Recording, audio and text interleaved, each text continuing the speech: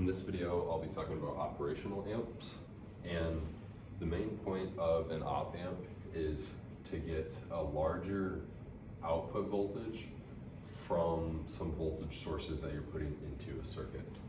So this kind of shows just what an op amp looks like, the symbol that it is within a circuit, and there's kind of three key parts.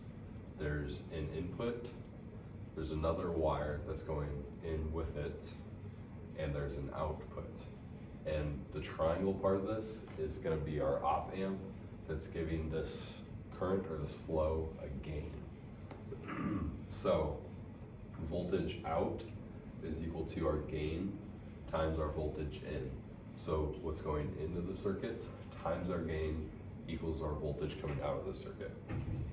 That makes sense. Something to note that for two bullet points on these, our output voltage is ideally larger than our voltage sources that went into it, and that our positive and negative, not depending on where they're at in our op amp going into it, they're always equal. Because there's two types of op amps that I'm going to talk about, and they have different positive and negative points on the triangle, but they're both equal no matter what. And one last thing to note before I get into the different types is that if you think about it, and realistically in the circuit, there's batteries and another form of voltage source that's within this op amp in order to get a bigger voltage coming out of it. But within the circuit and most of our drawings, these batteries and what's going into the op amp isn't actually shown.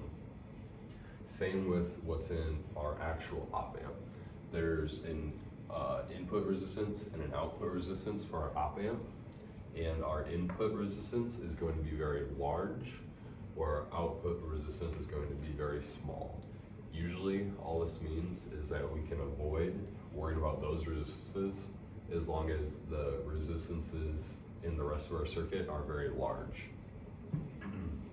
So for our two types of inverting op amps, there's inverting and non-inverting. You'll notice that each of them has our triangle 2 in an output, triangle 2 output, and they each have two resistors. That's what's common among these. What's different among these two is the placement of where the resistors are feeding into and the positive or negative terminals on each. So for inverting, our negative is going to be on the top and our positive is going to be on the bottom. This is opposite for the non-inverting. There's going to be a positive on the top and a negative on the bottom. The second thing to note about these is where our resistors are going into. So because we put the negative and we want it to be inverting, and like changing sign, then not changing sign, just inverting, that our resistors are going into the negative. So this feedback, even though it's coming from our output, is going into the negative as well. Where in this case, our output going from this way is still going into our negative that we were looking for in our non-inverting. And same with our initial resistance, that's going into the negative that we're looking for or the negative that we're looking for. And these are usually called RF for resistance feedback and RI for the initial input resistance of what's going into our inputs. So the equations that we have to deal with these and try to find our gain in order to find our output is G. And for an inverting amp, it makes sense that we have a negative sign to switch it. And the equation for this is we're going to have RF over RI. So the resistance of our feedback over the resistance of our input and the opposite sign of that is going to give us the gain that we can then use with our input voltage. That's going to be slightly different on our non-inverting op amp. For finding our gain for our non-inverting, we take 1 plus the RF over RI. So we still have RF over RI, except we're going to be adding 1. That again is going to give us our gain that we can use with our voltage in to find our voltage output.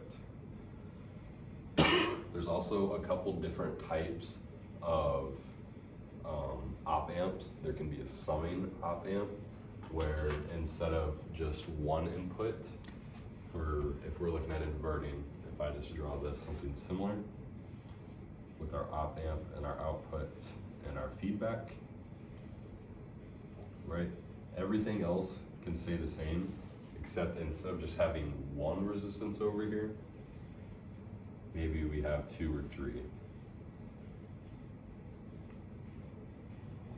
The only thing I do differently for that is now instead of just having my gain with 1 voltage in, now I need to be finding multiple voltages in, and it's, as the name says, it's a summing op amp.